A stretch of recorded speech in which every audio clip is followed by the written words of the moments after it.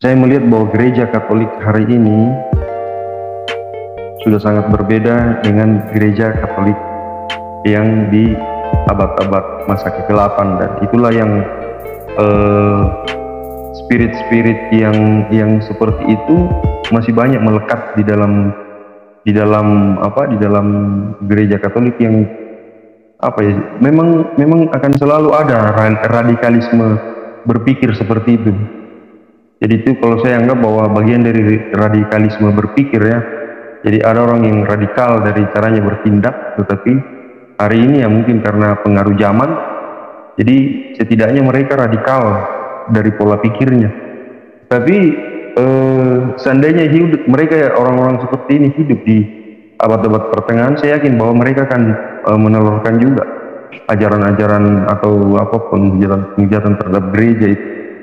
Padahal ya saya pernah mendengar kutipan, dan itu memang kutipan Injil sih, bahwa gereja Katolik hari ini tidak mau lagi menyandang pedang ya, karena pengajaran Kristus ya, bahwa siapa yang mengangkat pedang ya akan binasa dengan pedang.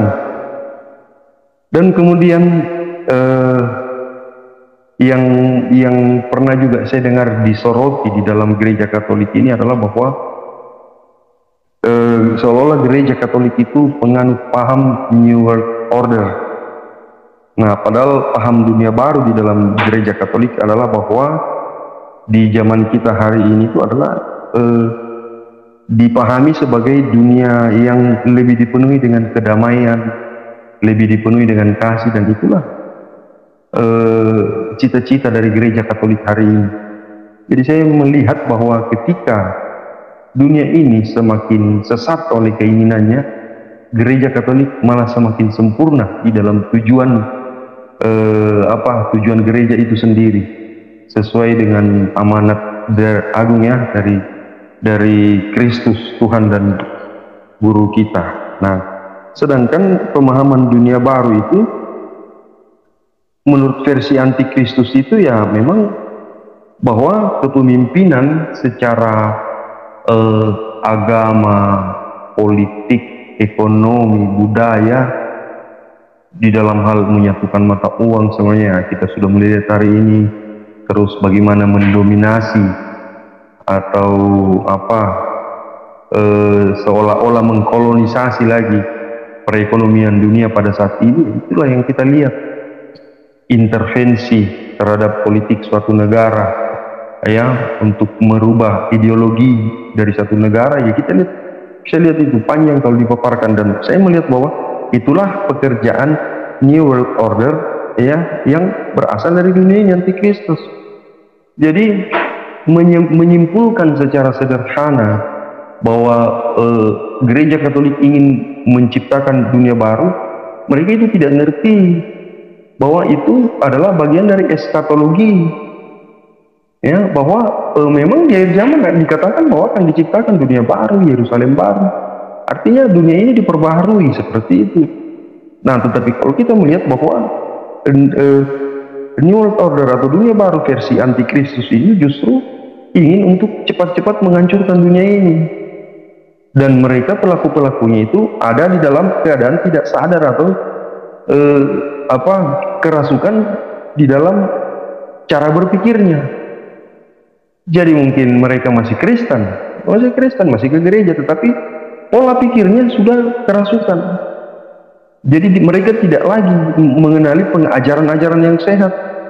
Nah, itu kita bisa lihat bahwa sesungguhnya hal-hal seperti itu memang sudah digambarkan ya dari pengajaran Rasul Paulus, Rasul Yohanes, yang mengatakan bahwa ketika coba saya baca ini dari Kisah Para Rasul 20 ini, waktu Paulus berpisah dengan jemaat di Efesus, di situ di ayat yang ke 29 dengan 30, Rasul Paulus itu bilang seperti ini, "Aku tahu bahwa sesudah aku pergi, serigala-serigala yang ganas akan masuk di tengah-tengah kamu dan tidak menyayangkan tawanan itu. Bahkan dari antara kamu sendiri," nah ini, bahkan dari antara kamu sendiri akan muncul beberapa orang dengan ajaran palsu mereka berusaha menarik murid-murid dari jalan yang benar dan supaya mengikuti mereka. Nah, jadi kita melihat bahwa memang tidak bisa kita menampik bahwa justru pengajaran yang sesat ini akan berasal dari dalam gereja sendiri. Nah, kita tidak boleh menjadi kaku dengan hal itu. Kita tidak bisa juga mengatakan bahwa kita Katolik ini sudah pasti satu persepsi, sudah pasti benar. Jadi sekalipun dia salah, yang penting dia Katolik. Nah, ini yang justru gereja itu selalu meluruskan ajaran ya di dalam dogma dan magisterium gereja itu tidak pernah berubah dari dulu. Malahan semakin semakin dinyatakan. Nah, seperti itu contoh misalnya mengenai Mariologi di abad ke-19 itu oleh Paus Leo XIII semakin diperjelas, mengenai Roh Kudus semakin diperjelas. Nah, semuanya itu untuk menghilangkan kerancuan dari cara berpikir kita. Nah, jadi supaya jangan ada menimbulkan persepsi yang berbeda-beda. Nah, kemudian saya coba kutip lagi nih dari 1 Yohanes 2 ayat 18-19 yang bilang seperti ini. Anak-anakku, waktu ini adalah waktu yang terakhir, dan seperti yang telah kamu dengar, seorang antikristus akan datang. Sekarang telah bangkit banyak antikristus. Itulah tanda bahwa waktu ini benar-benar adalah waktu yang terakhir. Memang mereka berasal dari antara kita. Nah, diulangi lagi oleh Yohanes. Nah, tetapi mereka tidak sungguh-sungguh termasuk pada kita. Jadi kita harus memahami bahwa orang-orang seperti itu memang bahkan dikatakan di kutipan yang lainnya bahwa memang harus ada penyesatan supaya nyata di antara kamu siapakah yang tahan uji. Nah, jadi memang seperti perpecahan, penyesatan itu bukan hal yang tidak diajarkan oleh para rasul sendiri. Justru sangat itu adalah bagian dari pengajaran yang ini juga dari para rasul. Artinya ada ajaran yang benar, tetapi ada juga ajaran yang mengajarkan kepada kita bagaimana kita menghadapi penyesat-penyesat itu, supaya jangan kita keliru, jangan kita kaget dengan mereka, bahwa memang ternyata bahwa mereka adalah bagian daripada kita sendiri. Memang mereka berasal dari antara kita, tapi mereka tidak sungguh termasuk kepada kita. Sebab jika mereka sungguh-sungguh termasuk pada kita, niscaya mereka tetap bersama-sama dengan kita. Tetapi hal ini terjadi supaya menjadi nyata bahwa semua mereka tidak sungguh-sungguh termasuk pada kita. Nah, di sini saya mau garis bawahi. Jikalau mereka sungguh-sungguh termasuk pada kita, niscaya mereka tetap bersama-sama dengan kita. Nah, siapakah yang meninggalkan kita? Siapakah yang dimaksud niscaya itu akan tetap bersama-sama dengan kita? Jadi memang harus ada pemisahan. Domba dengan kambing tetap akan selalu ada pemisahan. Makanya saya tadi kemukakan, saya tidak naikkan dokumennya itu, bahwa kita orang Katolik tidak masuk di dalam dewan gereja-gereja ini, tidak. WCC kita tidak termasuk anggota di sana. Nah, seperti itu. Tapi mereka sendiri menghormati Paus, mereka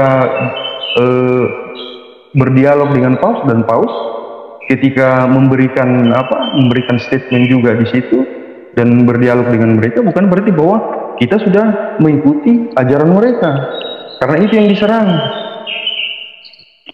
Nah, dari situ saya melihat bahwa memang fenomena-fenomena penghujatan terhadap gereja Katolik bermunculan dari dalam dan luar, itu memang bagian daripada rongrongan terhadap gereja yang memang sejak berdirinya gereja sampai hari ini ya memang kerajaan Allah ini memang diguncangkan. Jadi Kristus pun menggambarkan bahwa ada gambaran bahwa terjadi guncangan. Nah, tetapi pesan daripada Kristus sendiri ya, bahwa janganlah iman kita juga ikut terguncang. Jadi sangat penting channel-channel seperti ini dan campur tangan teolog-teolog Katolik untuk berani memaparkan dan berani menentang setiap pengajaran itu. Saya sendiri dari kemarin saya sudah sampaikan ke teman-teman bahwa kita harus berani buat pernyataan di dalam channel-channel Katolik. Cuman ke Bang Gia saya belum sempat itu kasih tahu lagi. Nah katanya sudah pernah, tapi saya bilang ya terhadap setiap statement kita harus buat jawaban terhadap statement itu. Nah tapi ya puji Tuhan bahwa malam hari ini Bang Gea dengan Paman Padua sudah keras sekali menolak itu, bahwa itu tidak benar. Nah terakhir lagi tadi dibahas mengenai LGBT. Nah, LGBT itu ya memang adalah bagian daripada malahan kalau kita berbicara LGBT itu Pak, dari itu semuanya berbicara tentang sejarah umat manusia, karena memang yang ada dua sebenarnya yang paling merusak di dalam dunia ini, tatanan dunia ini sangat merusak. Itu yang pertama itu uang, yang kemudian kedua seks. Jadi seperti itu. Jadi kita berbicara tentang New World Order versi yang itu ya, ini berbicara tentang ya bagaimana menguasai itu keuangan dunia. Nah, dan kemudian berbicara tentang bagaimana LGBT itu kerjanya ya nanti itu sejalan lagi dengan bagaimana narkoba bisa berjalan. Kalau itu pun dibahas, saya senang sekali. Memang dari kemarin itu memang sudah ada di dalam pemikiran saya. Saya juga sempat bahasakan itu ke pemilik channel Katolik yang lain, bahwa kalau bisa diangkat dua ini mengenai tulisan-tulisan atau literasi atau video-video ya di dalam YouTube yang dalam waktu kemarin-kemarin ini banyak memuja di dalam gereja. Kita harus menjawab, karena itulah tujuan channel ini. Kalau kita biarkan berarti ya kita seperti apa? Nah, jadi memang tidak bisa, harus ada tanggapan. Nah, kalau dari gereja Katolik sendiri kan sudah, tetapi dalam hal inilah kita memiliki fungsi media sebagai tempat untuk mempublikasikan apa sebenarnya tanggapan gereja, apa sebenarnya jawaban gereja. Nah, saya sendiri sebagai seorang Katolik, saya yakin bahwa Paus ya tidak akan pernah salah di dalam mengajarkan tentang ajaran iman. Seorang yang duduk di kursi Musa tidak akan pernah salah mengajarkan. Kalau dia salah terhadap pribadinya, tetapi bukan terhadap keseluruhan. Itu pun sudah digambarkan oleh Kristus sendiri. Nah, jadi dalam hal itulah saya meyakini bahwa gereja ini ya akan tetap ada dari dulu sampai akhir zaman, sampai kedatangan Kristus. Nah, berbicara tentang terus bagaimana jadinya dengan mereka yang di luar gereja Katolik, atau bagaimana mereka yang berada di luar Kristen, ya Paman Padua tadi sudah jawab secara dogmatis itu seperti itu. Nah, jadi itu menurut saya kita sebenarnya tidak harus kaget juga mengenai ada seperti ini dari kita Katolik sendiri ya, bahkan ini dari kalangan uskup sekalipun ya. Kalau kita lihat apa yang terjadi di Spanyol misalnya, dia kan ya sama, itu kan bukan fenomena hari ini, itu kan fenomena dari dulu. Nah, jadi terhadap gereja memang guncangan-guncangan akan selalu terjadi, tetapi bagaimana kita ya antara dari para hierarki ini ya, dan kemudian kita para awam ini, kita kerjasama, memang harus kerjasama untuk melawan ya bidat-bidat atau penyesat-penyesat yang mau menyesatkan gereja gitu, seperti itu. Dan saya pikir bahwa gereja tidak akan bisa disesatkan. Gereja tidak akan bisa disesatkan karena mereka memiliki fungsi filter ya, Roh Kudus ada di dalamnya. Inilah yang teman-teman dengan cara seperti itu, kalau mereka berpikir bahwa gereja Katolik itu bisa disesatkan, kalau saya mau berbicara bahwa orang itu sebenarnya sudah sesat dari cara berpikirnya saja, sudah sesat. Karena dengan itu dia berbicara bahwa dia menyangkal kekuatan dan kekuasaan yang dilegitimasikan oleh Kristus kepada gerejanya. Bagaimana mungkin kita mengatakan, apalagi kalau kita masih bernaung dalamnya, kemudian kita katakan bahwa pemimpin gereja kita sudah mengajarkan ajaran yang sesat. Itu kan hal-hal yang sangat menurut saya, minta maaf, tapi saya bilang sangat bodoh secara iman. Karena dengan itu dia bilang bahwa Roh Kudus tidak kuat menjaga gereja. Apakah seperti itu? Bahkan bukan hanya Roh Kudus, malaikat-malaikat kudusnya pun ada. Nah, dan saya mengucap syukur bahwa saya sendiri melihat dan merasakan bagaimana pekerjaan Roh Kudus dan malaikat-malaikat itu menjaga gereja. Nah, kenapa ada dari antara mereka yang tidak seperti itu? Makanya saya berpikir bahwa jangan-jangan mereka sudah menghujat Roh Kudus sendiri, dan itu kengerian yang mengeri sekali. Nah, saya tidak tahu di tahap itu apakah sendiri mereka sudah bersepakat dengan penyesat ini. Apakah jangan-jangan mereka adalah utusan iblis yang sama seperti Yudas yang masuk ke dalam gereja. Nah, jadi memang dari Santo Chrysostomus itu ya, Santo Yohanes Chrysostomus itu, kita tidak mengadili orangnya, tetapi kita mengadili pengajarannya. Nah, jadi ketika pengajaran itu ya bertentangan dengan gereja Katolik, itulah yang kita adili. Kita tidak mengadili orangnya. Nah, makanya di dalam gereja Katolik ekskomunikasi berlaku, tetapi bukan berarti kita bercita-cita menghilangkan nyawanya atau menghukum dia. Bukan seperti itu. Tapi pengajarannya harus kita tentang. Karena kalau kita tidak tentang pengajarannya, berarti kita membiarkan penyesatan. Dan membiarkan penyesatan bukanlah bagian dari suatu kebenaran. Nah itu, jadi membiarkan penyesatan ketika kita melihat di depan mata kita dan kita memiliki kekuatan dan kekuasaan dalam hal itu, berarti kita sudah bersikap apatis dan kita bagian dari pekerja-pekerja yang tidak tulus, itu menjaga domba-domba itu. Nah, itu kan ada juga di dalam Injil itu. Bagaimana pekerja-pekerja yang pekerja-pekerja upahan itu, ketika serigala datang, mereka biarkan dombanya tercerai-berai. Itu juga bukan bagian dari tidak sesat, tetapi mereka jadi pekerja upahan nanti yang akan dihukum oleh Tuhan. Nah, seperti itu. Nah, makanya supaya kita tidak dihukum oleh Tuhan, kita jangan hanya menjadi pekerja upahan, ya. Kita hanya mau mengenyangkan diri kita dengan pengajaran-pengajaran untuk diri kita sendiri, mengkonsumsi diri kita sendiri, tapi bukan untuk untuk menjaga kekuatan dan keutuhan gereja. Karena inilah tujuannya, bahwa bagaimana gereja ini tetap kuat dan tetap eksis, ya, selama kita ada dan kita wariskan secara turun-temurun. Nah, seperti itu. Jadi ya, saya sangat mengucap syukur sekali juga bahwa dari literasi yang disampaikan, ya, Paus sudah menjawab semua pandangan-pandangan yang keliru mengenai gereja Katolik. Karena memang tidak bisa, dan saya pikir bahwa Vatikan sangat mengerti akan hal itu dari dulu itu seperti itu. Vatikan selalu seperti itu. Jadi saya berpikir bahwa ya, mengucap syukurlah kita yang ada di dalam gereja Katolik.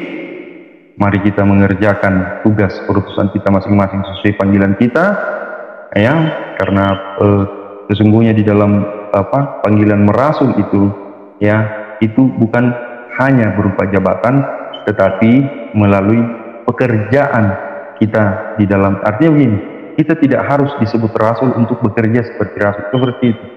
Nah, itulah makna dari kerasulan awam.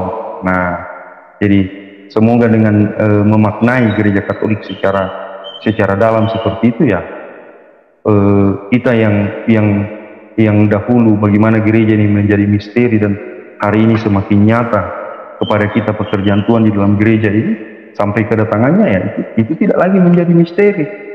Menjadi misteri berarti belum terungkap secara keseluruhan, dan ketika semuanya sudah diungkap, semua kebenaran sudah dinyatakan, semua nubuatan sudah digenapi, kan lagi menjadi misteri. Nah, itu jadi gereja Katolik menjaga misteri iman dari dulu, dan bagaimana semua misteri-misteri itu dibukakan Tuhan sampai akhir zaman nanti, sampai bagaimana itu Bapa segala dusta itu dilepaskan ke dalam dunia ini. Hari ini kan anak buahnya nabi-nabi palsu dengan antikris kan sudah berjalan. Nah, nabi-nabi palsu ini kan dari dalam gereja, antikris menyerang dari luar.